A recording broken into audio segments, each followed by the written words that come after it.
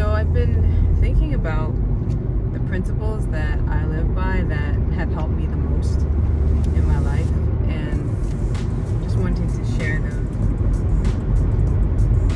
Interestingly, they all begin with T. The first one is time. My relationship with time is a harmonious one. I don't let it have command over me, so I take my time in that I take time for myself,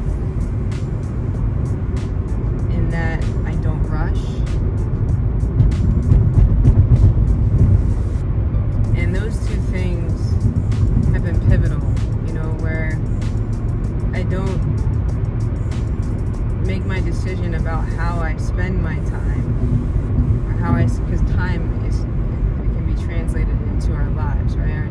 The time we have is the life that we have, and so it's important to have a healthy relationship with it. Or, I know some people who always feel like they don't have enough time, and when you're constantly feeling like you don't have enough time, there's a sense of scarcity, of desperation that's associated with that.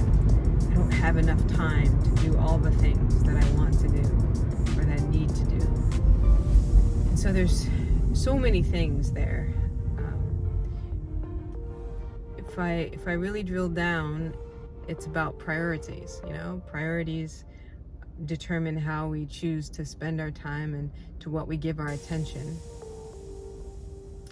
And so you can ask yourself, what are my truest priorities? Like, what are the things that mean the most to me? And am I giving them the time they deserve in this one life that I have? And sometimes we can feel, when we feel like we're a victim or at the behest or that we're under the charge of something outside of ourselves, it can be frustrating. Because, when we don't feel powerful, we get frustrated, we get angry, we have something that we desire to do, but we're not doing it. And it might not even be a conscious desire, it might be a yearning from your spirit that you're not following. Whether it's a passion you're not indulging in or engaging with, something to do with your purpose, something to do with just bringing yourself joy on a more regular basis. So time is a complex conversation, right? But ultimately it comes down to what our priorities are, and then whether or not we're honoring those priorities. Are we honoring our hearts? And so all three of the things that I recognize that have become a staple in my world, beginning with time and my relationship with it, absolutely have a strong correlation with honoring my heart, and really living that way, living from a place of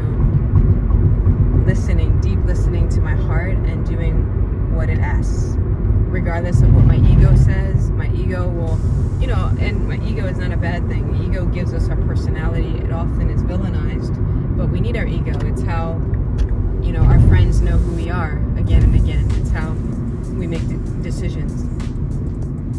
So we need our personality and we need our ego. And so it's a very valuable part of ourselves. And it's just about just like fear is a very necessary part of life, it's about what you give the power to. Are we giving our power away to our ego as it wants to be the predominant creator of our life, because its job is to keep us safe. But if we let our ego dominate, then all we do are safe things, and our spirit yearns to be an adventurer and create new things and experience new things. And so our life becomes very small and limited, and we feel restricted and constricted when we let our ego lead.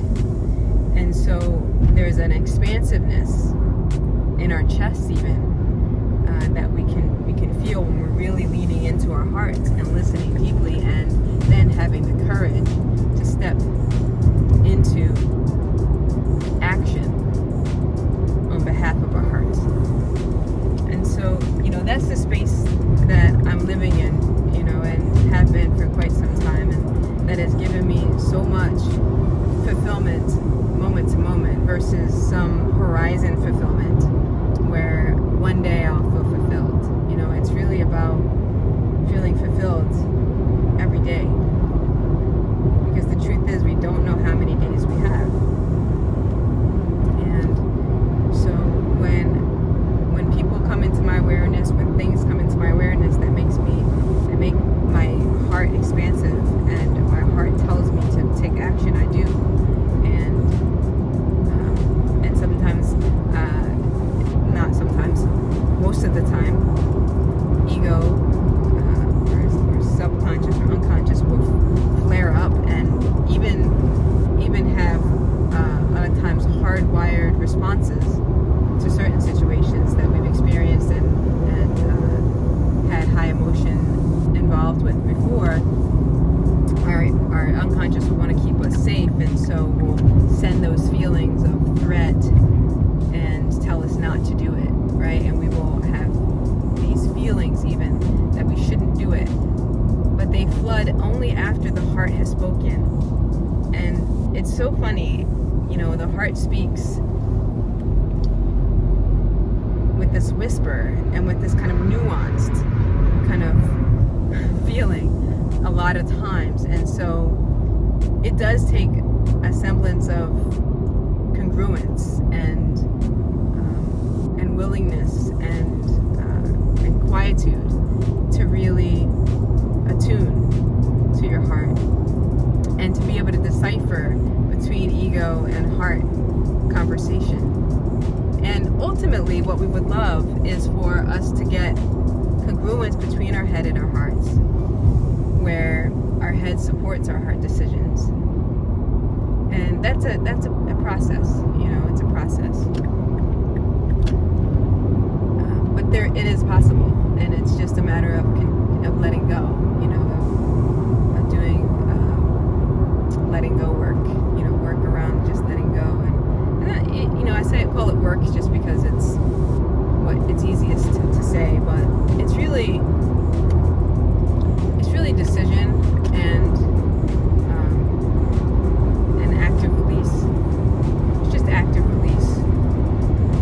It's being able to see it or feel it, identify where it is in the body, or even just identify that it exists, acknowledge it. And once we acknowledge something, it's important not to make it our primary focus, but just long enough for us to experience it enough in contrast to what we truly desire. And that creates a creative tension where all tension wants to resolve. And there's this tension that gets created between what we desire and where we are. And this kind of feeling of uneasiness that wants to prohibit us from moving to this new experience to keep us safe, right? And so we have to be able to be comfortable in this tension so that we can allow it to propel us in the direction of our heart's desire.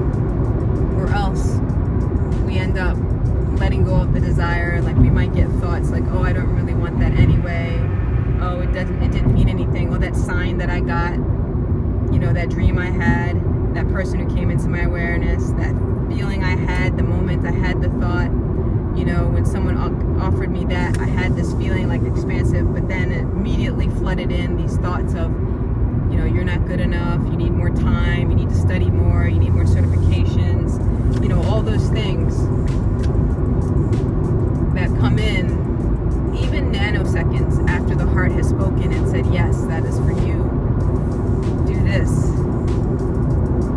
It can happen happen quickly, so quickly that it seems like the heart didn't say it, or it becomes easy for us to deny the heart.